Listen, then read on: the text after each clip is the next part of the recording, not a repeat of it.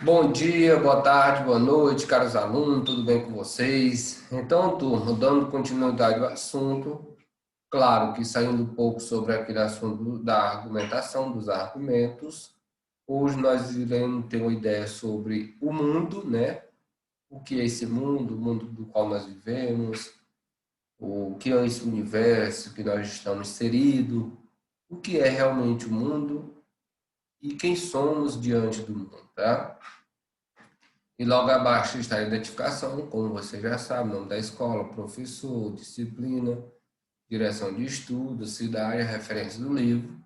E esse conteúdo vocês poderão acompanhar na página 118 a página 123. De início, vamos falar sobre metafísica, a busca da realidade essencial. Ou seja, se existe um mundo, existe uma essência. Se nós existimos, porque existe a essência. Quem nos criou? Qual é a nossa origem? De onde nós viemos? Quem somos? Tá?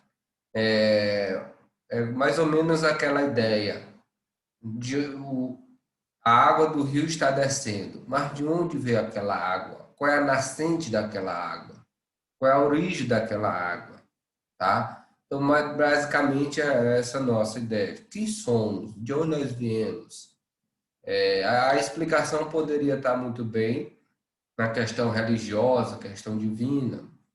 Foi Deus que nos criou. Algumas pessoas acreditam que seja a questão da científica, a ciência tem explicação. Outros acreditam na mitologia, né? Antigamente as pessoas se baseavam nos mitos para entender e compreender a origem do mundo, a origem do universo, né? Então são várias teorias, várias hipóteses, vários leques, né, de informações sobre a nossa origem, a origem do mundo, a origem do universo. Claro, você que tem que fazer as suas escolhas baseado nos seus argumentos, baseado nas suas informações, buscar estudar e compreender cada teoria, tá? Não é acreditar só porque fulano tal disse, mas é porque realmente você está convicto de que aquela teoria é mais aceita. Pode ser a teoria religiosa, divina, Deus que criou o mundo, pode ser a teoria científica, pode ser a teoria do senso comum, pode ser a teoria mitológica, teológica, tá? Da teoria do conhecimento popular. Então são N teorias, são N fórmulas, né? Então cabe você, através de sua racionalidade, da sua fé, você buscar essa resposta, tá? Em suas investigações mais radicais nesse sentido, denomina-se metafísica. De início, o que seria metafísica? É metafísica, ou seja, algo além da física, algo sobrenatural. Ou seja, uma cadeira tem uma explicação científica, uma mesa, tudo. Mas tem algo que é além da física, a física não consegue explicar. Muitas vezes nós estamos buscando algo além da física, que é a metafísica. Tá? O que é o ser?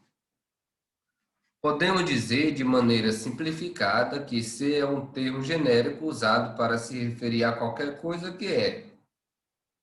Qualquer coisa que existe, por exemplo, um homem, uma mulher, um pássaro ou uma pedra. Nesse sentido, o termo mais adequado e específico seria ente.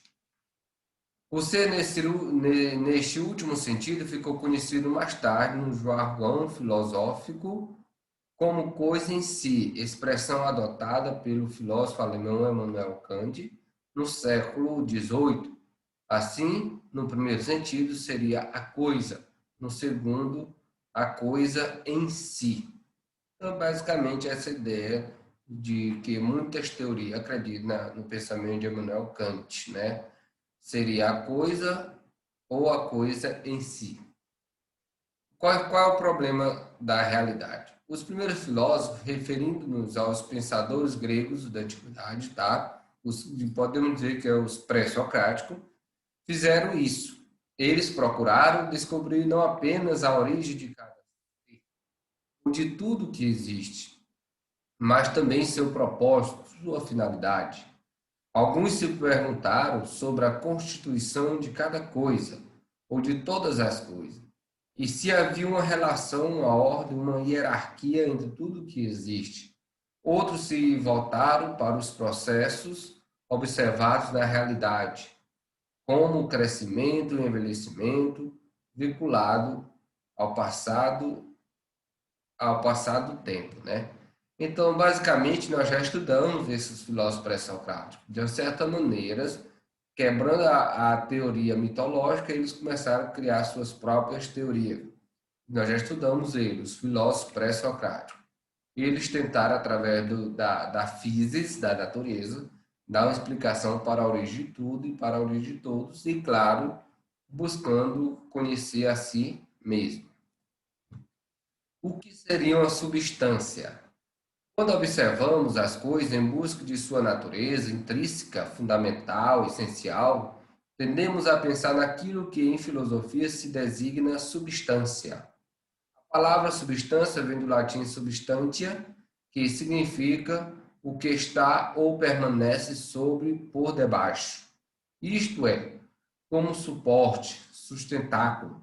No contexto da ontologia, foi usado por alguns filósofos para denominar o substrato ou suporte fundamental de um ser, aquilo sem o qual ele não é. Nesse sentido, substância equivale à essência. Assim, a substância de um ser seria a realidade necessária e constante desse ser. Ao conceito de substância opõe-se o do acidente, pois este se refere àquilo que faz parte de um ser, mas sem o qual o ser continua sendo.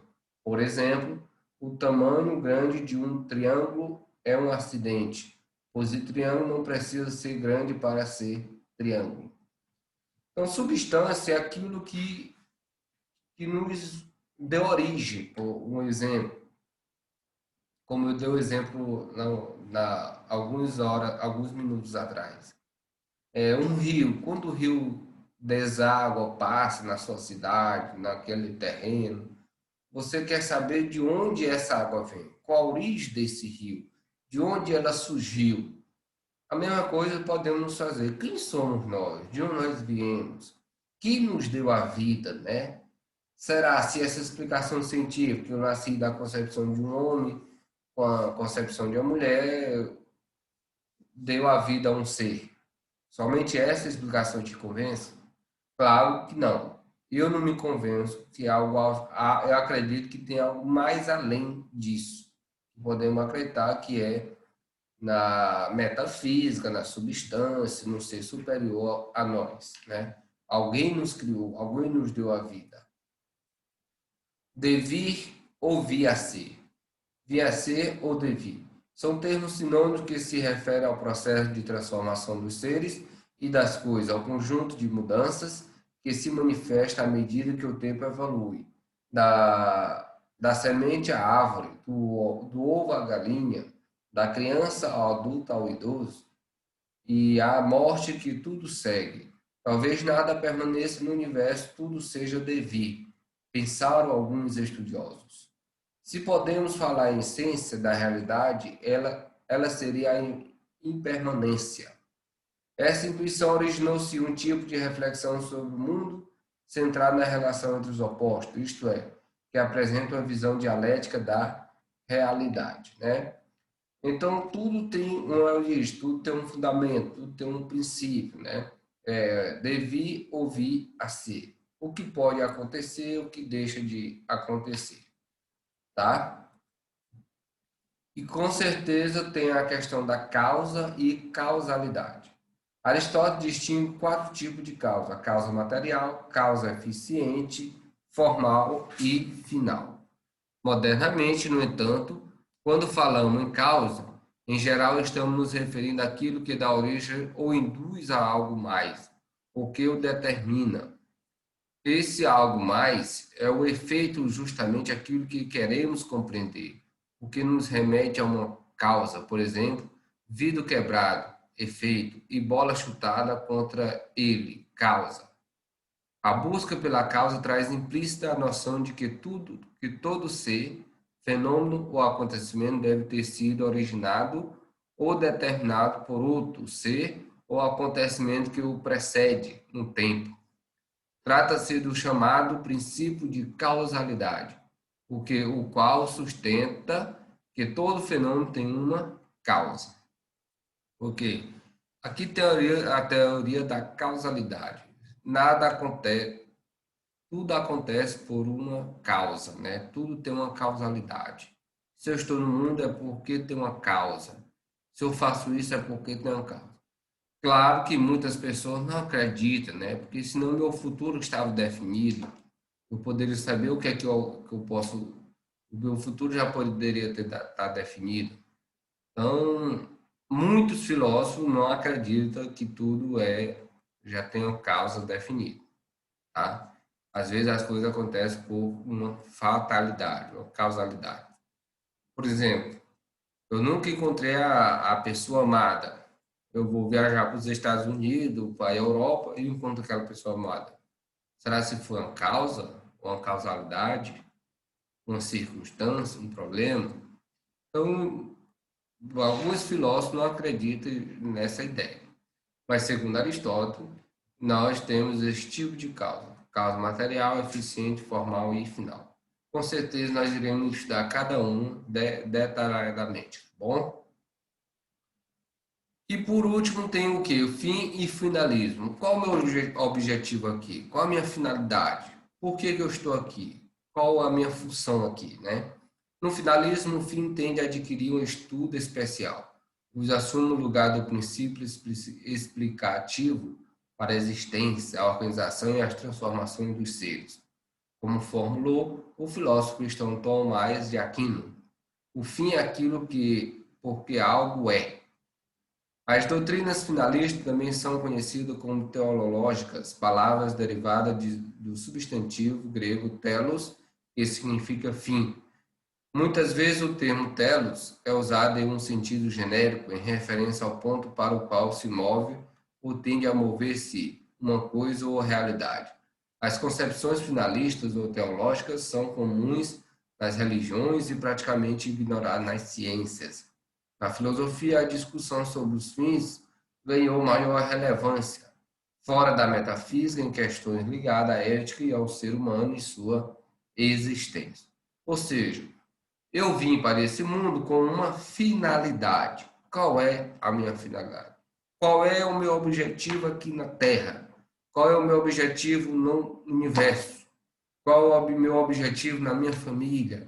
Qual é o objetivo na minha profissão? Ou seja, eu estou aqui nesse mundo por um fim, uma finalidade. Eu não vim à toa, eu não vim por nada, né? Eu tenho que ter algum fim, tenho que ter algum objetivo. E finalizando, aqui está a nossa atividade na parte 123, da primeira à quinta, e essas últimas aí responder de acordo com seus pensamentos, o que é o ser, tal, como são essencialmente as coisas, e qual é o lugar do ser humano no universo. Então, essas três você vai responder de acordo com seus pensamentos. De já, muito obrigado pela atenção e pela compreensão, e bons estudos.